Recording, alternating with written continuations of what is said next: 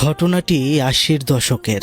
তখন ইন্দোনেশিয়ার একটি গ্রামে রাডেন নামের এক জমিদারের শাসনকাল। ধন দৌলত প্রাচুর্যে সমৃদ্ধ থাকলেও রাডেনের স্ত্রী মিনাতি তাকে কোনো উত্তরাধিকারী দিতে পারেনি কখনোই। তারা ছিল নিঃসন্তান। তাই সন্তান লাভের আশায় শেষ বয়সে সে রাডেন সুজানা নামের এক মেয়েকে দ্বিতীয় বউ করে নিয়ে আসে বাড়িতে। তার গর্ভে সন্তানও আসে, তবে প্রসবের সময় বাচ্চাটি ভয়ঙ্করভাবে সুজানার পিঠ ছিঁড়ে বের হয়ে যায় আর সুজানার মৃত্যু হয়। কিন্তু খেলা তো শুরু হয় তখন, যখন মৃত সুজানা হঠাৎ করে আবার জীবিত হয়ে ফিরে আসে। কিন্তু কেন? ধীরে ধীরে খুলতে থাকে ঘটনায় একের পর এক টুইস্ট।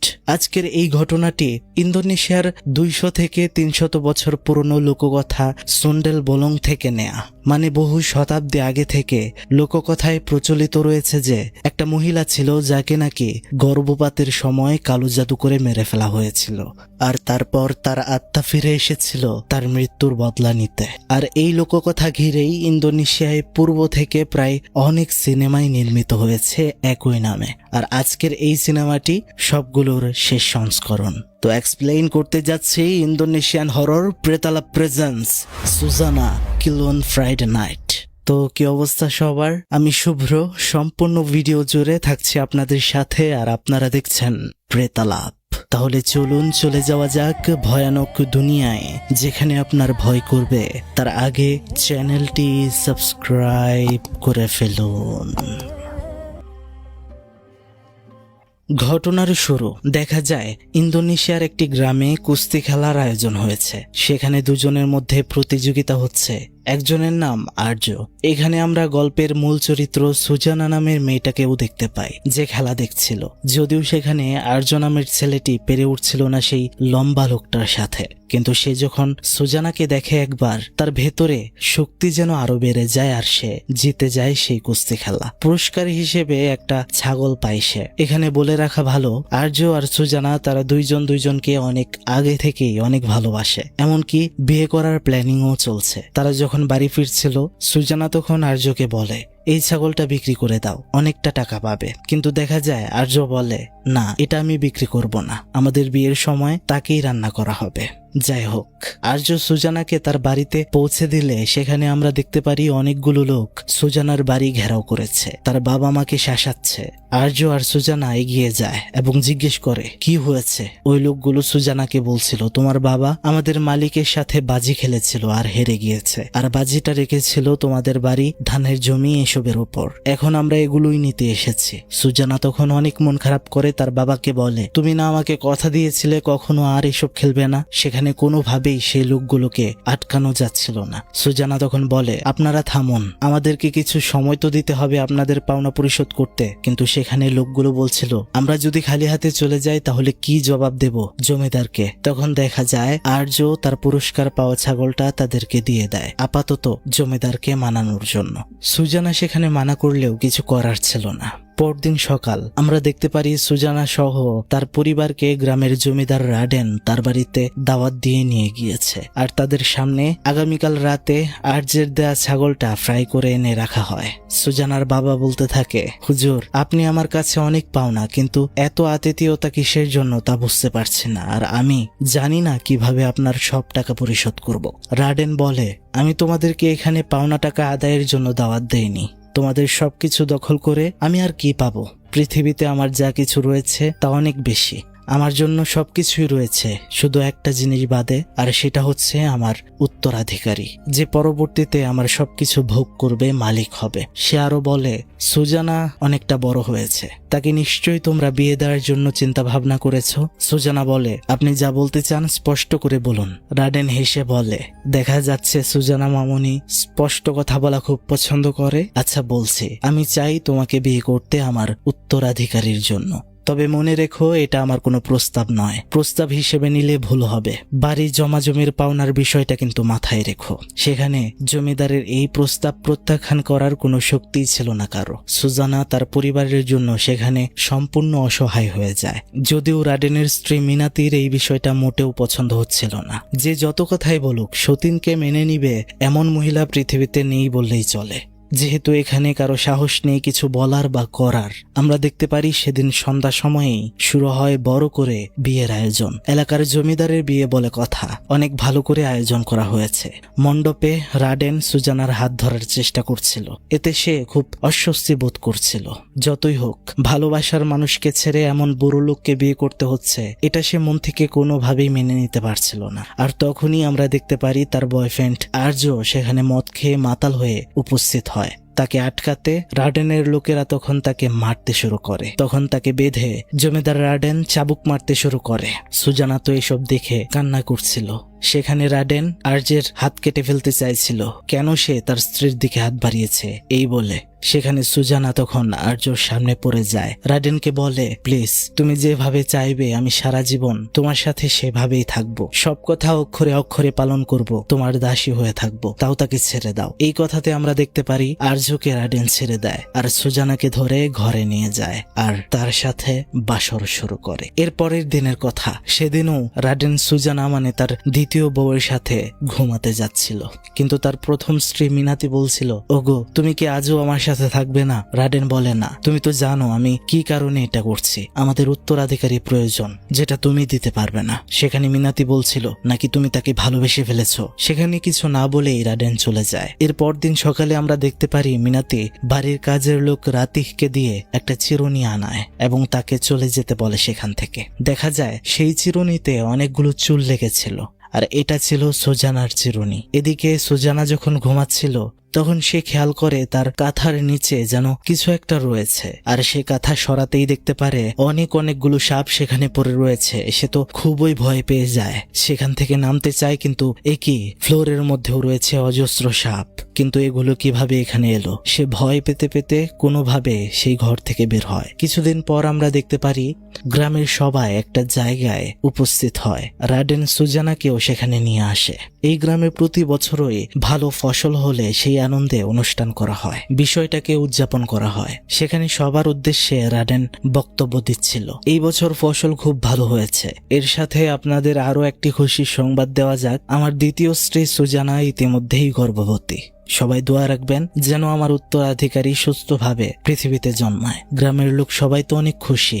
তার সাথে দেখতে পাওয়া যায় দূর থেকে এসব কথা শুনছিল আর্য। নিজের প্রেমিকা গর্ভবতী এখন, এটা শোনার পর মনের অবস্থা যেমন হওয়া উচিত তারও ঠিক তেমনটাই হয়েছে। কিন্তু এখানে আমরা দেখতে পাচ্ছিলাম রাডেনের প্রথম বউ মিনাতির এই বিষয়টা খুব একটা পছন্দ হয়নি। আর দেখা যায় সে সন্ধ্যা সময় চলে যায় গ্রামের শেষে একটা কবিরাজ জায়ার ডেরায় এবং সেখানে বলে, তোর সাপগুলো কোনো কাজ করেনি সেদিন। তখনই আমরা বুঝতে পারি সুজানার চিরুনি থেকে চুল নিয়ে সেদিনই কালো জাদু করা শুরু হয়েছিল তার উপর। মিনাতি জায়া কবিরাজকে বলছিল, এমন কিছু কর যাতে এই মুখপুরিটা আর না বাঁচে। এদিকে দেখা যায় সুজানা তখন চা খাচ্ছিল, হঠাৎ করে তার গলার মধ্যে খারাপ লাগছিল আর তখনই গলা থেকে বের হয়ে আসে অনেক লম্বা চুল, যা সে দেখে একদমই হতভম্ব হয়ে যায়। এগুলো কি হচ্ছে সে ভেবে পাচ্ছিল না। রাতে সুজানাকে নিয়ে সেদিন বাজার করছিল, তখন সে লক্ষ্য করে সেখানে কাজ করছে আর্য। এটা দেখে তার সাথে কথা বলার জন্য সে সামনে যায়, কিন্তু আর্য তাকে দেখে সেখান থেকে চলে যেতে চাইছিল। সুজানা তার পেছন পেছন যায় এবং আর্যকে থামায়, বলে, তুমি কেমন আছো আর্য?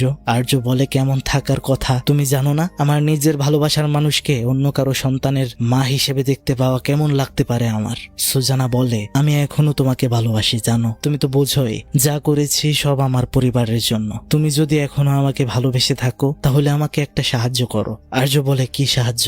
সুজানা বলে, আমার মনে হয় আমি সেই বাড়িতে নিরাপদ নই।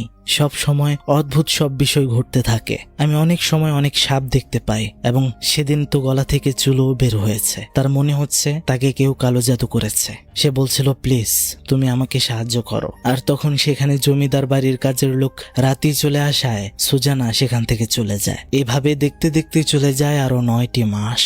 মিনাতি কবিরাজ জায়ার কাছে আবার গিয়েছে আর বলছে, তুই আমায় বলেছিলি তুই অনেক শক্তিশালী কবিরাজ, কিন্তু তার প্রমাণ কোথায়? অন্যদিকে ওই মুখপুরীর পেট দিন দিন বড় হয়ে যাচ্ছে, সে শীঘ্রই সন্তানের জন্ম দিবে, তুই দেখিস না সে এখনো মরল না কেন? কবিরাজ বলতে থাকে, আমি এইবার যে কালো জাদুটা করব এটাতে সে কোনোভাবেই বাঁচতে পারবে না, সাথে সাথেই মারা যাবে, তবে এর জন্য কিছু খরচ প্রয়োজন। মিনাতি বলে, তোর যা প্রয়োজন খরচের জন্য সবকিছুই আমি দেব, এটা নিয়ে তুই চিন্তা করিস না। কিন্তু এই খারাপ কবিরাজটা বলছিল, আমার অন্য কোনো কিছুর প্রয়োজন নেই, শুধু তোমাকে আমার সাথে রাত কাটাতে হবে। মিনাতি এটা শুনে রাজি হচ্ছিল না, সে কবিরাজকে গালাগালি করছিল, বলছিল তুই একটা খারাপ।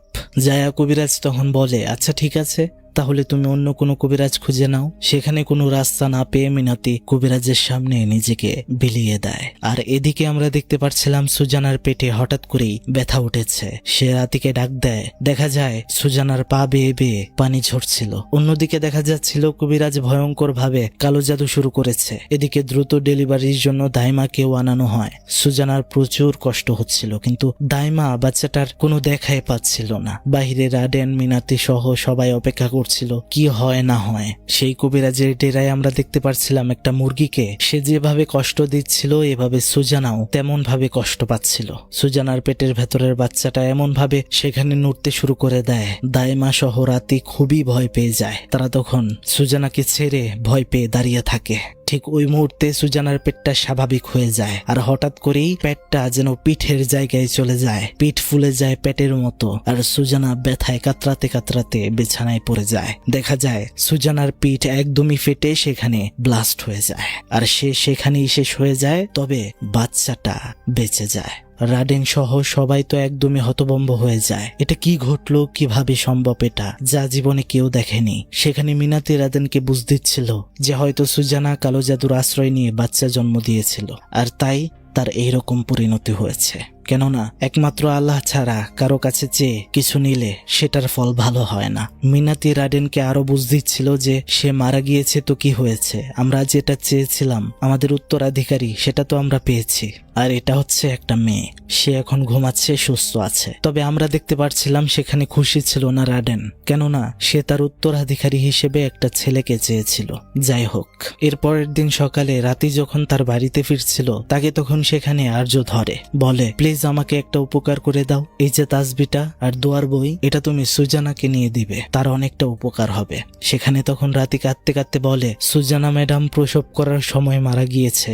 এখন এটা শুনে তো সম্পূর্ণ আকাশ ভেঙে পড়ে আর্যর মাথায়। কি শুনলো সে? রাতে বলছিল তার বাচ্চাটা পিঠ চিরে বের হয়েছে তার, আর এটা হয়েছিল কালো জাদুর কারণে, এই কারণেই সে মারা গেছে। আর্য বলছিল কে করেছে তার উপর এমনটা, এটা আমাকে বলো, আমি তাকে ছাড়বো না। রাতে বলে আমি জানি না, আমি এর বেশি কিছুই জানি না। তখন দেখা যায় সন্ধ্যা সময় আর্য সেখানে যায় যেখানে সুজানাকে কবর দেওয়া হয়েছে।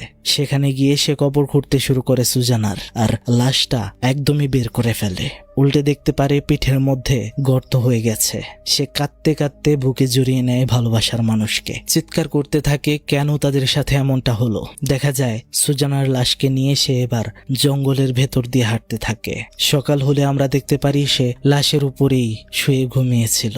সেখানে হঠাৎ করে কেউ একজন তাকে গম্ভীর কণ্ঠে ডাকতে শুরু করে, তার নাম ধরে। সে সজাগ হয়ে যায়, আশেপাশে দেখতে শুরু করে, কিন্তু কেউ ছিল না। এদিকে লাশটা পচনও ধরতে শুরু করেছে। সে লাশটাকে নিয়ে আবারও সামনে আগাতে শুরু করে। হঠাৎ করে সে বুঝতে পারে তার পেছন নিয়েছে কেউ।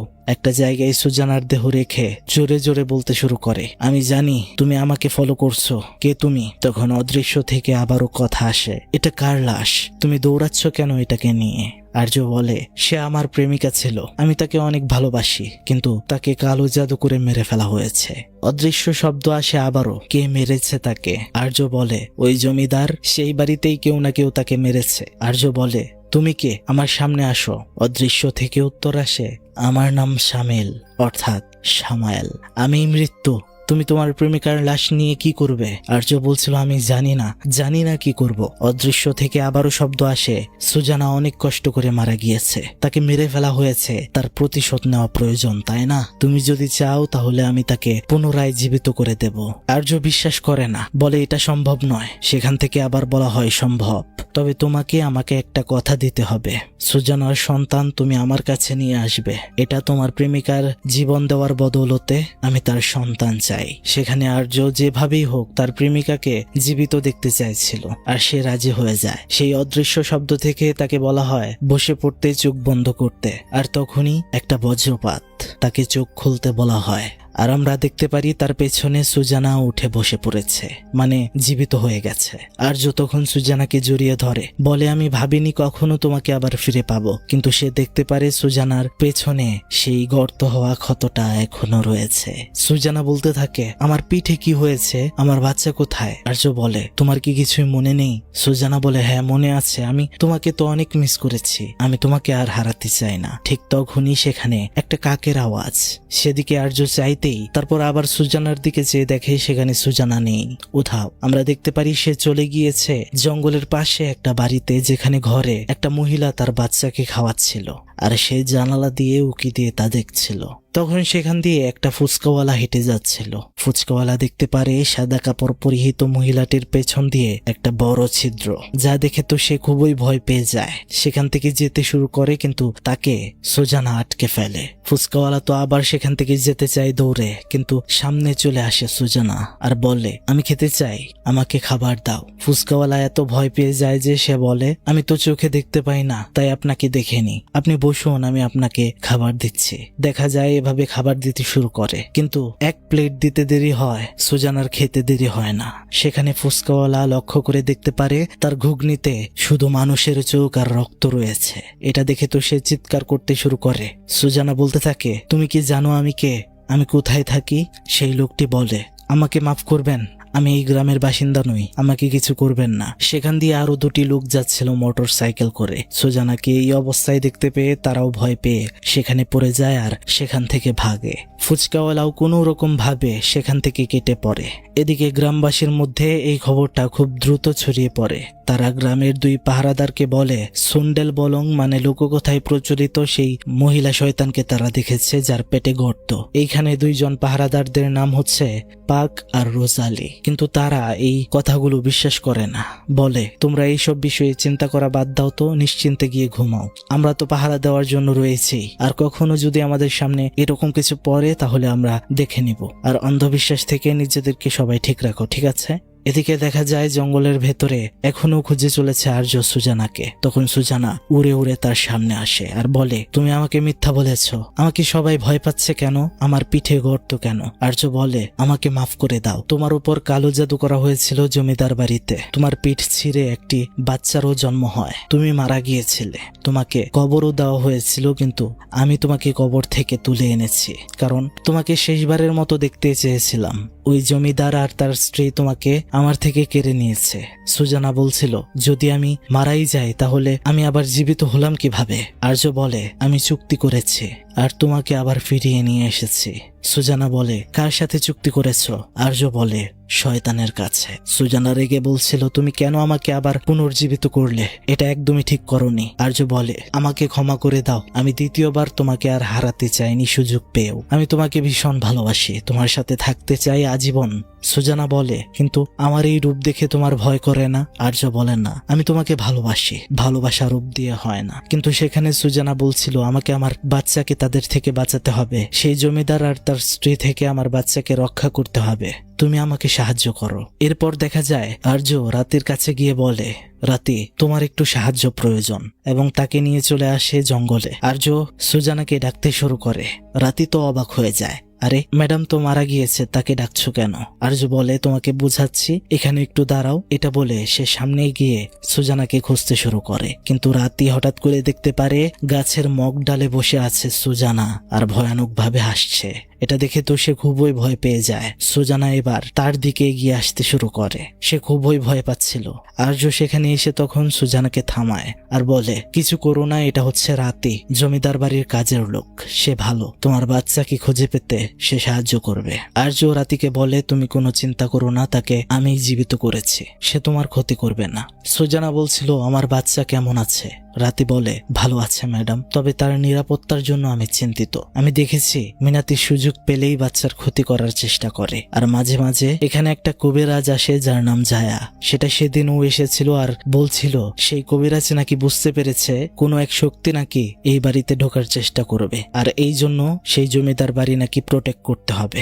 এই জঙ্গলের পাশেই সেই কবিরাজের আস্তানা, আর মিনাতেই এই কবিরাজের মাধ্যমে সুজানা ম্যাডামের এই অবস্থা করেছে। আর্য তখন বলে, তার মানে আমরা এখন সেই বাড়িতে ঢুকতে পারবো না। সেই কবিরাজ মন্ত্র পড়ে বাড়িটা সুরক্ষিত করে রেখেছে, একমাত্র তিনিই আবার এটা খুলতে পারেন। আর এরপরেই সুজানা সেই বাড়িতে ঢুকতে পারবে। রাতে তখন আর্যকে নিয়ে চলে যায় সেই কবিরাজের ডেরায়। কবিরাজ তাদের জিজ্ঞেস করে, তোমরা কেন এখানে এসেছো? আর্য বলে, তুমি জমিদার রাডেনের বাড়ি সুরক্ষিত করে রেখেছো যেন কোনো আত্মা বা কিছু সেখানে প্রবেশ না করতে পারে, কিন্তু এটা তোমাকে সরিয়ে ফেলতে হবে। কবিরাজ বলে, আমি এটা কেন করব? আর্য বলে, সেখানে একটা বাচ্চা শিশু আছে। সেই জমিদার বাড়িতে রাডেন আর তার স্ত্রী মিনাতির কাছে সেই বাচ্চাটিকে আমরা সুরক্ষিত মনে করছি না, তাই জন্য তার মা মারা যাওয়ার পরে আবারও ফিরে এসেছে তার সন্তানকে কাছে পাওয়ার জন্য। তোমার এই সুরক্ষিত মায়াজাল ভেদ করে সে বাড়িতে ঢুকতে পারছে না, তাই তুমি এই সুরক্ষাটি খুলে দাও, নয়তো মৃত সুজানা তোমার কাছে আসবে তোমাকে শায়েস্তা করতে। অন্যদিকে দেখতে পারছিলাম সেই কবিরাজের ডেরাতে সুজানা প্রবেশ করার চেষ্টা করছিল, কিন্তু সে পারে না। কবিরাজ তখন হাসতে হাসতে বলে তাদেরকে, তোমাদের কি মনে হয় আমার তাবিজের শক্তি ভেঙে তার মতো আত্মা প্রবেশ করতে পারবে এখানে? সেটা কোনোভাবেই সম্ভব নয়। আমিই তো তাকে শেষ করেছিলাম। এখন এই কথা শুনে আর্য অনেকটা রেগে যায় আর সেখানে থাকা একটা তলোয়ার নিয়ে তাকে আঘাত করতে চায়, কিন্তু আমরা দেখতে পারি একটা পুতুলের সাহায্যে সম্পূর্ণ বশে নিয়ে ফেলে আর্যকে সেই কবিরাজ। কিন্তু আমরা দেখতে পারছিলাম পেছন থেকে রাতি কবিরাজকে আঘাত করার চেষ্টা করেও ব্যর্থ হয়। কবিরাজ বলছিল, এই মেয়ের সাথে তোমার সম্পর্ক কি আর সে কিভাবে জীবিত হলো? আর্য বলে, সে আমার প্রেমিকা ছিল, আমি তাকে জীবিত করেছি। জায়া কবিরাজ তখন বলে, তুমি জানো না, বুঝতে পারছো না, যাকে মৃত্যুর পর জীবিত করা হয় সে কখনোই আর আগের মানুষটি নয়, সে খুবই বিপজ্জনক। যাই হোক, আমার এখানে এসে তোমরা ভুল করেছো। যারাই আমার বিরোধিতা করে আমি তাদেরকে ছাড়ি না। এই বলে সে আর্যকে মারতে গেলে আমরা দেখতে পারি রাতি এবার সামনে চলে আসে আর তার পেটে ছুরি ঢুকে যায়। কিন্তু সে এখানে একটা কাজ করে, কবিরাজের গলায় থাকা তাবিজটা খুলে আগুনের মধ্যে ছুঁড়ে ফেলে দেয়। এতে দেখা যায় কবিরাজের শক্তি শেষ হয়ে যায়। সুজানা ভেতরে প্রবেশ করতে পারে, কিন্তু রাতে সেখানেই মারা যায়। কবিরাজ আর্যকে অজ্ঞান করে ফেলে, আর যখনই সে একদমই শেষ করতে যাবে আর্যকে, তখনই সেখানে সুজানা উপস্থিত হয় আর কবিরাজের মাথায় এমন চাপ দিয়ে ধরে যে একদমই মাথাটা একেবারেই থেতলে ফেলে, আর সেখানেই তার বিভৎস মরণ হয়। এদিকে আমরা দেখতে পারি জঙ্গলের মধ্যে দুই পাহারাদারকে, পাক আর রোজালি, যাদেরকে গ্রামবাসী বলেছিল পিঠে ছিদ্র হওয়া একটা শয়তান ঘুরে বেড়াচ্ছে এই গ্রামে। এখন সেই সব কথা শুনে সেটাকে ধরার জন্য তারা জঙ্গলের মধ্যে একটা ফাঁদ পাতে। আমরা দেখতে পারি সুজানা সেখান দিয়ে যাওয়ার সময় সেই ফাঁদের ভেতরে আটকে যায়, কিন্তু তারা যখন সেখানে যায় তারা গিয়ে দেখে সেটা আর কেউ নয়, তাদের জমিদারের দ্বিতীয় বউ সুজানা। এখন তারা কিন্তু জানে না যে সুজানা মারা গিয়েছে। তারা তাকে জিজ্ঞেস করে, ম্যাডাম আপনি এখানে কি করছেন এত রাতে? সুজানা বলে, আপনাদের জমিদার রাডেনের সাথে একটু মন কালাকালি হয়েছে আমার, এর জন্য এই রাতে বাহিরে চলে এসেছি। এখন জঙ্গলের মধ্যে একা এভাবে থাকা উচিত নয়, জমিদারকে তো খবর দিতে হবে। তাই রোজালি পাককে রাডেনের কাছে পাঠায় এবং পাক গিয়ে রাডেনকে বলে, সাহেব আপনার স্ত্রীর সাথে মনে হয় আপনার ঝগড়া হয়েছে, তাকে তো আমরা জঙ্গলের মধ্যে পেয়েছি আর তাকে বাঁচিয়েছি।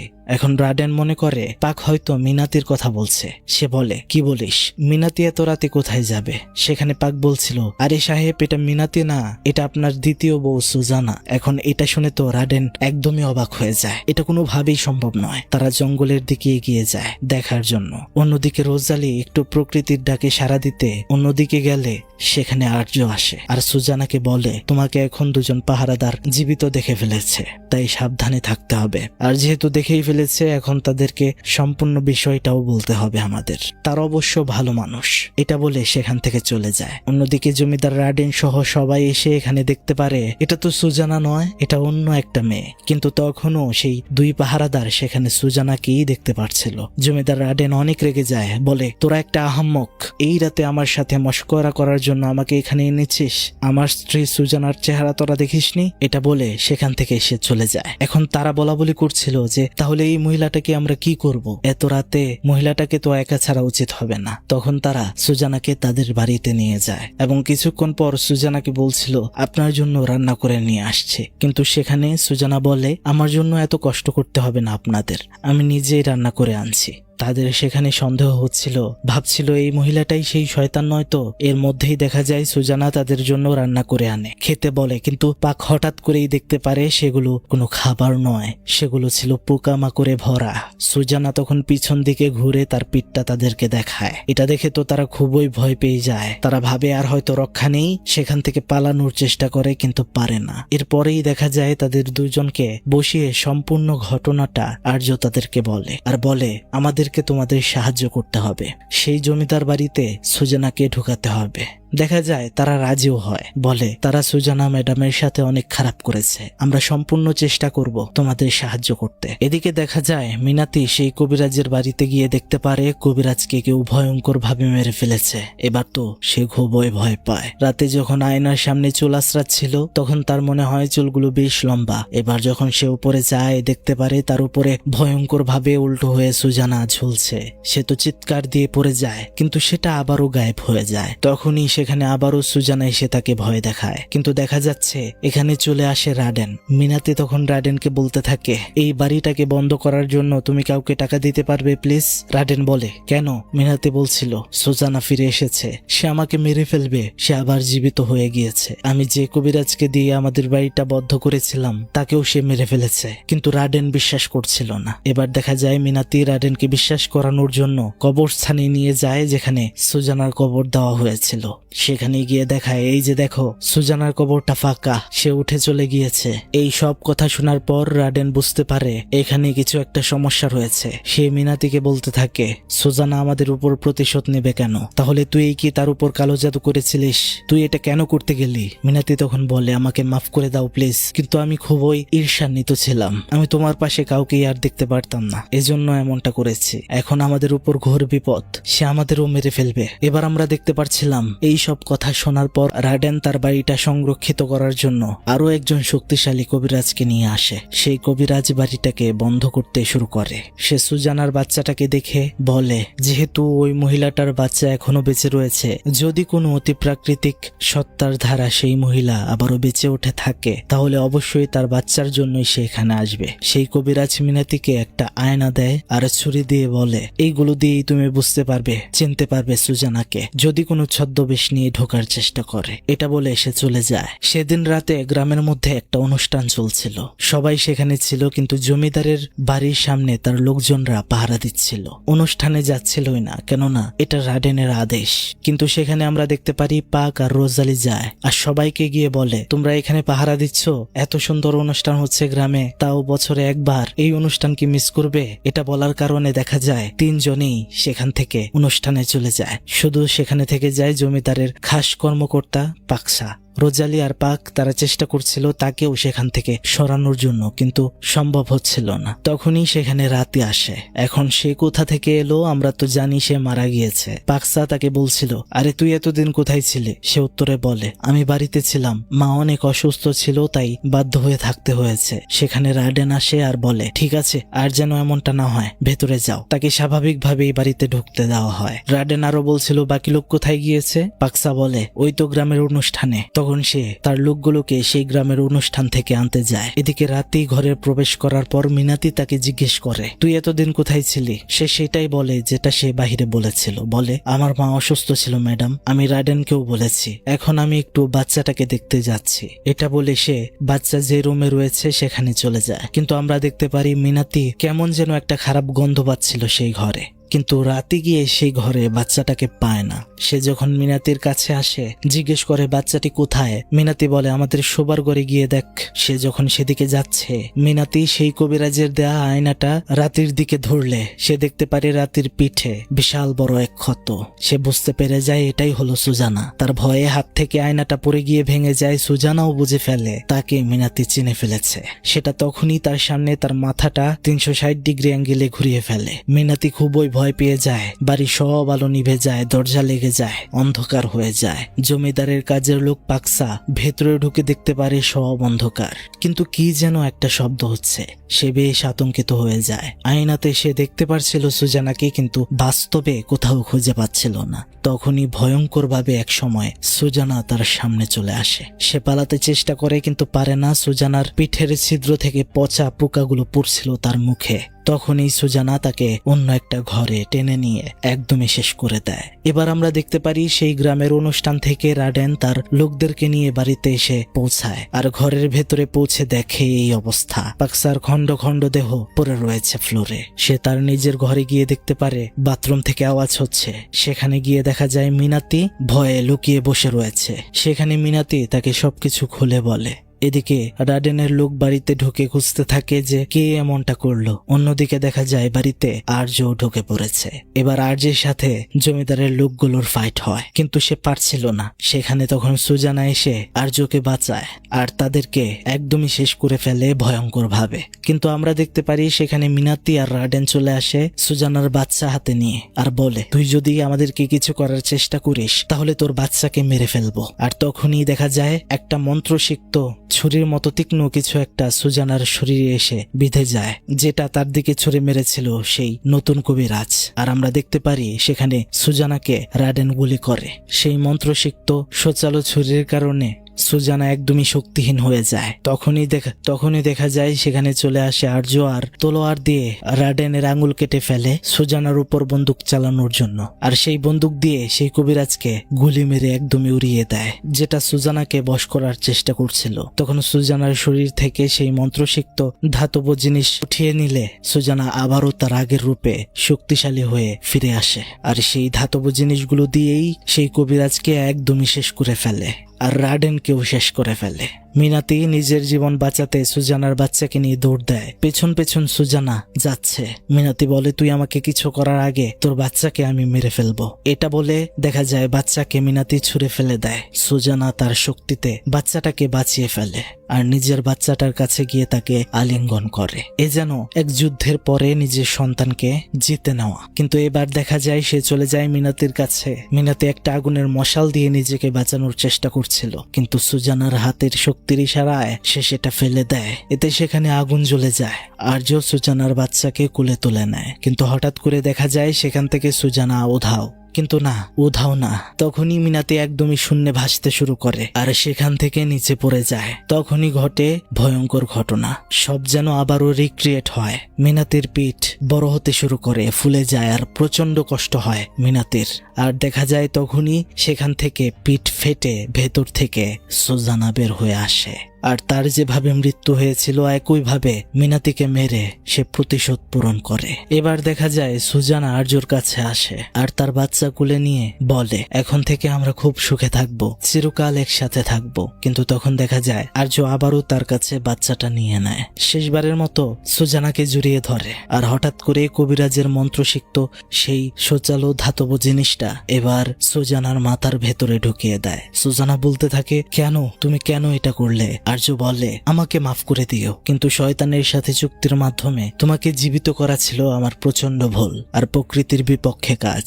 আর যে বিষয়টা নিয়ে শয়তানের সাথে চুক্তি হয়েছিল সেটা হচ্ছে তোমাকে ফেরানোর পর তোমার এই বাচ্চাটা আমাকে দিতে হতো শয়তানকে বলি হিসেবে, কিন্তু আমি সেটা পারবো না। এই মেয়ে হচ্ছে তোমার একমাত্র স্মৃতি আমার কাছে এই জীবনে, আমি তাকে বাঁচিয়ে রাখতে চাই, আমার পরিচয়। তখন সেখানে সুজানা আরো একবার শেষ হয়ে যায়। তাকে আবারও কবর দেওয়া হয়। অনেকদিন পর আমরা দেখতে পারি সুজানার মেয়ে বড় হয়ে গিয়েছে।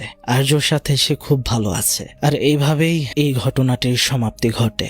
একমাত্র আল্লাহ তাআলা ছাড়া কখনো সম্ভব নয় পুনরায় জীবিত হওয়া। যদি হয় তাহলে সেটা শয়তানের ধোঁকা মাত্র। এখানে শয়তান সুজানার মেয়ের বলির বদলতে সুজানাকে জীবিত করেছিল ঠিকই, কিন্তু সুজানার ভেতরে যে আত্মাটা ছিল সেটা আসলে সুজানা ছিলই না, কখনো ছিল না। এটা ছিল ইবলিশ শয়তানের একটা কারসাজি, যেটা অনেক আগেই বুঝতে পেরেছিল আর্য, আর তাই শেষে সে এই কাজটা করলো। আশা করছি বন্ধুরা ঘটনাটি আপনারা বুঝতে পেরেছেন। তো বন্ধুরা, কেমন লাগলো আজকের এই এক্সপ্লেইন তা কিন্তু অবশ্যই কমেন্ট বক্সে জানাতে একদমই ভুলবেন না। ভালো লাগলে like, comment, subscribe, share must করাই লাগবে। এইটুকু আশা আপনাদের থেকে পেতেই পারি, এইটুকু সাপোর্ট আপনাদের থেকে পেতেই পারি। বিনিময়ে সবসময় চেষ্টা করে যাব ভালো ভালো গল্প আপনাদেরকে উপহার দেওয়ার জন্য। আজকের মতো বিদায় নিচ্ছি। ভালো থাকবেন সবাই, ভালো রাখবেন সবাইকে। আল্লাহ হাফেজ, আসসালামু আলাইকুম।